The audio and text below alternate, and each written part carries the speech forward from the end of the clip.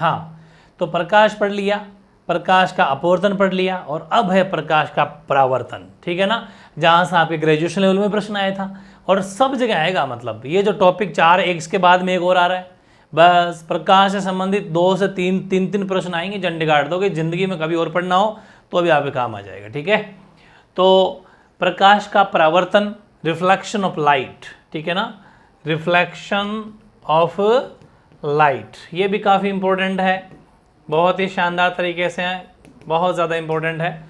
इसमें अपन सेम वही पढ़ेंगे, प्रकाश के परावर्तन के नियम पढ़ेंगे, प्रकाश का परावर्तन कब कब होता है, क्या क्या होता है, एक प्रश्न बाहर नहीं जाएगा आपके सीईटी में। ठीक है ना, बहुत ही शानदार है।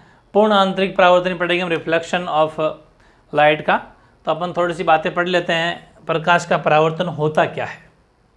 पहली बात, एक माध्यम में गमन करने वाली प्रकाश किरण किसी सतह से टकराकर जब उसी माध्यम में पुनः लौट जाती है तो इस घटना को प्रकाश का परावर्तन कहते हैं। यानी कि ऐसा मान लो कि ये कोई एक सरफेस है, इधर से कोई रे आई, किरण आई, यहाँ पर इस सरफेस पर टकराई, टकरा के जैसे यहाँ रिफ्लेक्ट हो गई वो इधर चली गई, एक बीच में यह विलंब होता है। ये कुछ बातें बताता हूँ बेसिक, उसके बाद अपन आएंगे इस पर। आने वाली किरण को कहा जाता है इंसिडेंट रे, जिसको अपन कहेंगे आपतित किरण। ठीक है ना, इंग्लिश में कह देंगे इंसिडेंट रे। ठीक है ना, इंसिडेंट रे जो आती है, जो जाती है परावर्तित किरण, मतलब वो अब परावर्तित हो गई है तो वो परावर्तित किरण यानी रिफ्लेक्टेड रे। ठीक है ना, वो रिफ्लेक्टेड रे हो जाएगी, जिसको अपन आर से बोलते हैं। आने वाली किरण जो अभिलंब से, जो परपेंडिकुलर 90 डिग्री का है, इस पर जो एंगल बनाती है उसको एंगल आई बोलते हैं, एंगल आई। और ये जो बनाती है वो एंगल आर, मतलब आने वाली इंसिडेंट तो आई बनाएगी, जाने वाली रिफ्लेक्टेड तो आर बनाएगी। जैसा इनका नाम है इंग्लिश के अंदर, वैसे इनकी फर्स्ट लेटर से ही ले लिया जाता है। ये चीज़ें हैं।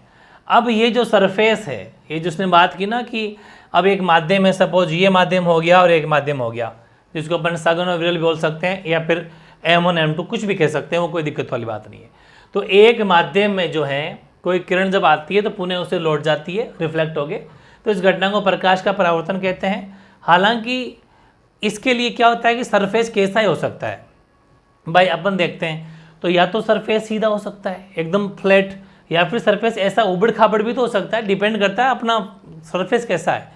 तो सबसे अच्छा परावर्तक तो रहता है समतल दर्पण होता है। ठीक है ना, अगर समतल है ना, सबसे अच्छा परावर्तक है समतल दर्पण।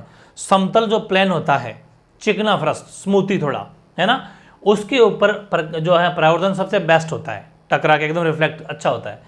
बाकी कोई दिक्कत नहीं है, परावर्तक नियम हालांकि सभी पृष्ठों पर, अर्थात समतल हो चाहे वक्रीय हो चाहे खुरदरे हो।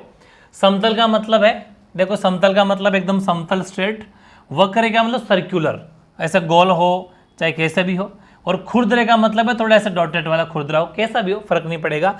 जैसे ये जो है वक्री होता है सर्कुलर शेप में, ठीक है ना, तो कैसा भी हो उसे फर्क नहीं पड़ेगा, परावर्तन तो सब में होगा, परावर्तन का नियम तो सब में लगेगा, रिफ्लेक्टेड तो जो रेज आएगी वो होगी, लेकिन बेस्ट रहेगा कि अगर समतल दर्पण है उसके लिए, ठीक है ना, समतल होना चाहिए। और आगे मैं कुछ बात करता हूँ, ये वेरी इंपॉर्टेंट, आपको पता है परावर्तन के नियम, वेरी मतलब जिसको अपन परावर्तन के प्रकार के, अच्छा ये प्रकार है, नियम बाद में पढ़ रहे हैं, चलो पहले प्रकार के नियम पढ़ते हैं, पहले नियम पढ़ो। ये परावर्तन का नियम है। पहली बात, अपने अपवर्तन के भी नियम पढ़े थे और परावर्तन नियम भी पढ़ते हैं। नियम वेरी इंपॉर्टेंट है, रूल है वो रूल।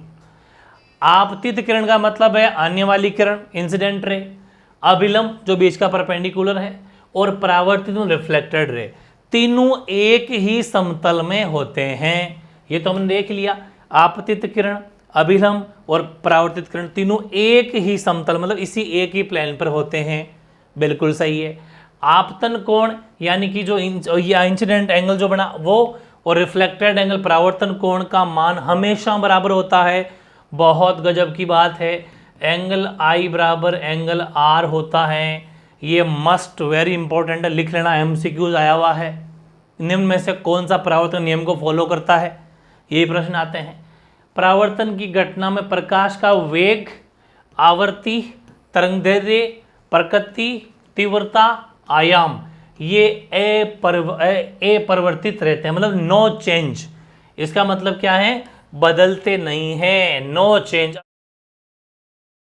तो इसका मतलब आपके दिमाग में एक बात और आ रही होगी कि साहब इसमें सब नो चेंज रहते हैं, अपरिवर्तित रहते हैं।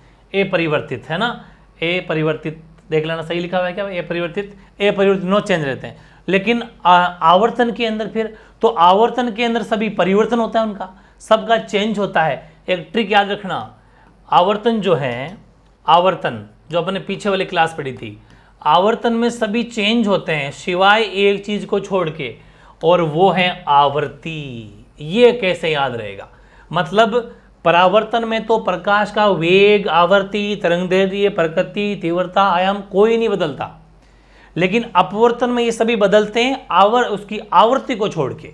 किसको छोड़ के, आवृत्ति को छोड़ के। तो इसकी एक ट्रिक सुन लो, एक ट्रिक है। ट्रिक क्या है, ट्रिक सुनो, वेरी इजी। आपको पता है कि अपवर्तन में ए आता है और आवर्ती में भी आ आता है, तो याद कर लेना कि अपवर्तन में आवृत्ति बदलती है, बाकी सब नहीं, आवृत्ति नहीं बदलती, बाकी सब बदलते हैं अपवर्तन में, जबकि परावर्तन में कुछ भी नहीं बदलता, सारे एक जैसे रहते हैं। समझ में आ गई। तो ट्रिक यही है कि ए में आ जो है वो नो चेंज रहता है, अपवर्तन में आवृत्ति नहीं बदलती, बाकी सब बदलते हैं, जबकि परावर्तन में तो कुछ भी नहीं बदलता। ये ट्रिक है, काफी इंपॉर्टेंट है, जो आपने समझ ली। बाकी अपने एक बार वापस चलते हैं, परावर्तन के प्रकार कितने होते हैं। तो परावर्तन के प्रकार, एक तो नियमित परावर्तन है जिसमें एकदम सरफेस प्लेन होगा, स्मूथ होगा, ठीक है। ये देखो कि जब प्रकाश किरणें किसी समतल सतह पर आपतित होती है, ऐसे आती है या आई, ठीक है, तो वह एक निश्चित दिशा की ओर, निश्चित दिशा में निश्चित कोण के साथ लौट जाती है। प्रश्न सीधा सीधा आएगा कि जब प्रकाश किरणें किसी समतल सरफेस पर आके आपतित होती है और एक निश्चित दिशा में निश्चित कोण बनाकर निकलती है, तो प्रकाश का मतलब ये कौन सा प्रकार है, तो ये नियमित प्रकार है, ठीक है ना।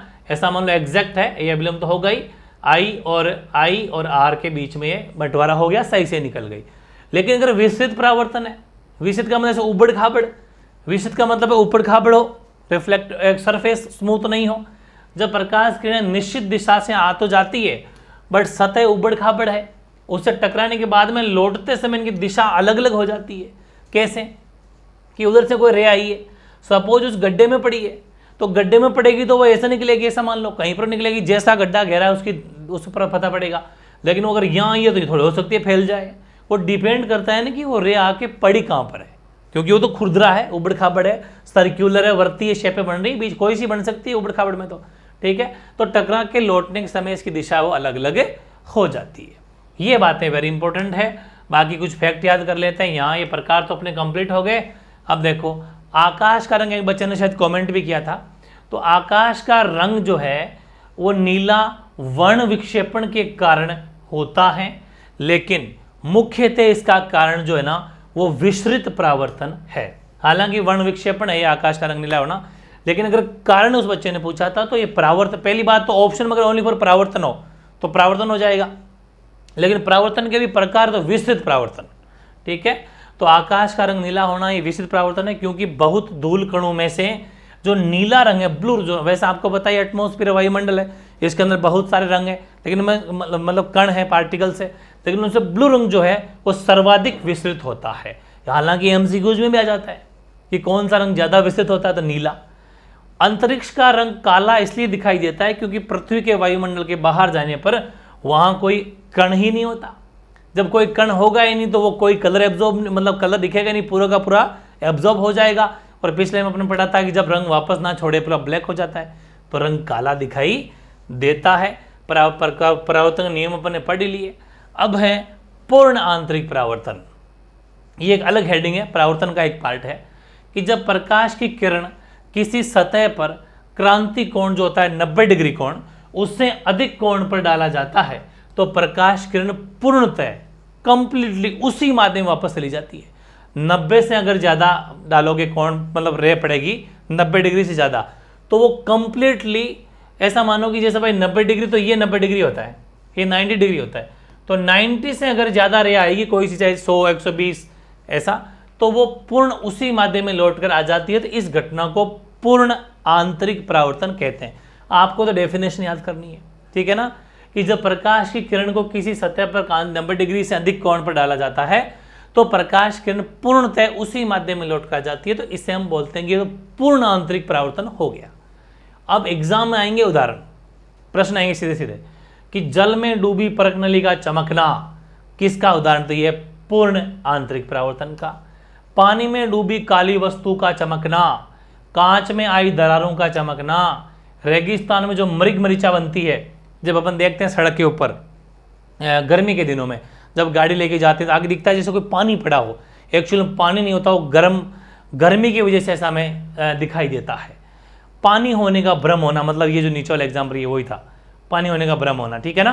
तो ये सब बातें हैं जो अपन को एक एक चीज़ समझनी है, वेरी इंपॉर्टेंट है। पूर्ण आंतरिक परावर्तन के ये उदाहरण है। रेगिस्तान में पेड़ का उल्टा दिखाई देना, ठीक है। ग्रीष्म काल में सड़कों पर पानी भरा हुआ प्रतीत होना, ये वाला वो बात एक ही है। हीरे का चमकना, प्रकाश तंतु, मतलब एक ट्रिक है ये कि परावर्तन जो है ना, परावर्तन, एक बात को समझना, परावर्तन के अंदर हर चीज चमकेगी, इसमें मतलब चमकना नजर आएगा, चमकना, प्रतीत होना, भ्रम होना, ये सब परावर्तन की घटना है। अपवर्तन में ऐसा कुछ नहीं होता। यही सिलेक्टेड एग्जाम्पल है, ध्यान कर लेना, ठीक है। और शरीर के आंतरिक अंगों का परीक्षण करने में ये यूज है। प्रकाश सिग्नलों को दूर संचार में, शरीर के अंदर लेजर किरणों को भेजने में, विद्युत सिग्नलों को प्रकाश सिग्नलों में बदलकर प्रेषित करने में, और एंडोस्कोपी में और फाइबर ऑप्टिकल में, ये सब जो है ना ये यूज है अपने प्रकाश के परावर्तन के ही, ठीक है ना। ये जरूर आपको ध्यान रखना है। तो ये सब एग्जाम्पल है, कभी कभी आ जाता है उपयोग, है ना, यूज, प्रकाश तंतु के यूज, यहाँ लिख देता हूँ, चलो एरो बना के, प्रकाश तंतु के उपयोग है ये, प्रकाश तंतु के उपयोग, ठीक है ना भाई, प्रकाश तंतु के उपयोग है, यूजेस ऑफ, ठीक है ना, ये भी ध्यान रखना आप, ये वेरी इंपॉर्टेंट चीज हो जाएगी आपके लिए, सिलेक्टेड है। अब टॉपिक तो वैसे कंप्लीट हो गया, लेकिन क्वेश्चन कैसे आते हैं, कुछ क्वेश्चन मैंने, वैसे तो थ्योरी वाली तो अलग चीज है, लेकिन कुछ ऐसे क्वेश्चन भी आते हैं आपके लिए, बड़े मजेदार क्वेश्चन है, वेरी इजी है। देखो ये चीज है, आपसे दो मैंने प्रश्न लिए हैं और आपसे पूछ रहा है कि x की वैल्यू क्या होगी, जहां पर x लिखा हुआ है ना उसकी क्या वैल्यू होगी। देखो देखो ये बीच वाला जो अभिलंब है, ये अभिलंब है बीच वाला, 90 डिग्री परपेंडिकुलर मान लीजिए, ये वाली चीज है ना, ये 90 डिग्री होता है, ये 90 डिग्री है, और इसके इधर x की वैल्यू पूछ रहा है। हमें पता है कि जब यहाँ तक 90 डिग्री है, ये पूरा 90 डिग्री है, तो ये 40 है, तो गारंटी ये 50 है, जो खाली जगह है ये 50 है, क्योंकि टोटल तो सम है। तो वो अगर 50 डिग्री है, तो अभी पीछे अपन पढ़ के आ रहे हैं कि जितना एंगल आई होगा उतना एंगल आर होगा, तो सीधी सी बात है यहाँ पर एंगल आई बनेगा और यहाँ एंगल आर बनेगा, तो सीधी सी बात है जो आर मतलब एक्स भी 50 डिग्री का ही होगा, तो एक्स 50 डिग्री हो गया। इस तरीके से आंसर पूछता है। और अगर ये क्वेश्चन पूछ ले, इसका एरो पर ध्यान देना, उसने एरो बनाया है यहाँ से लेके पूरा पूछा है, पूरा पूछा है, तो सीधी सी बात है वापस वही अभिलंब को यूज करो। अभिलंब 90 डिग्री है, यहाँ 60 दे रखा है, तो सीधी सी बात है ये 30 का होगा, ये 30 है तो गारंटी ये भी 30 होगा, दोनों बराबर आई और आर, तो 30 और 30 मिला के पूछ रहा है कि टोटल कितना होगा, तो यहाँ पर एक्स हो जाएगा 30 + 30 यानी कि 60 डिग्री। तो कोई बड़ी बात नहीं है, आपको अगर बातें समझ में आ रखी है, ये वाली चीज़ समझ में आ रखी है, अगर जैसे मैंने यहाँ आपको बताई कि एंगल आई बराबर एंगल आर, ये अगर याद है तो ही तो कर पाओगे ना, वरना नहीं होगा। तो ये इजी फिजिक्स है, बहुत इजी से क्वेश्चन आते हैं यहाँ से। प्रकाश का परावर्तन, रिफ्लेक्शन ऑफ लाइट भी अपना कंप्लीट हो गया है। एक सेशन और रखा जाएगा, झंडे गाड़ दोगे, 100% ऐसे क्वेश्चन आएंगे। सीईटी में नंबर 1 रहेंगे अपन पूरे राजस्थान में। जो मैं जैसा कह रहा हूँ बस वैसे पढ़ते जाना। एमए क्लासेज के ऊपर कल बड़ी बड़ी क्लासेज आपकी आने वाली है, और इधर भी छोटे छोटे सेशन चालू रखूंगा, और उधर मैराथन बड़ी बड़ी 3-3, 4-4 घंटे की, वो बहुत इंपॉर्टेंट क्वेश्चन होंगे, बहुत इंपॉर्टेंट क्वेश्चन होंगे, उनको जरूर देखना। वो लाइन से खोद के निकालेंगे जो सिलेक्टेड होंगे, ठीक है ना। और टॉपिक भी करते जाएंगे, ये भी पढ़ते जाना, टेस्ट देते जाना, टॉपिक करते जाना, टॉपिकों को टेस्ट पे हो रहा हो टॉपिक वाइज तो भी देते जाना, ठीक है ना। तो मिलते हैं नए सेशन के साथ में। कोई भी डाउट, कोई भी क्वेरी को हो तो आप कमेंट कर देना, ठीक है, ओके।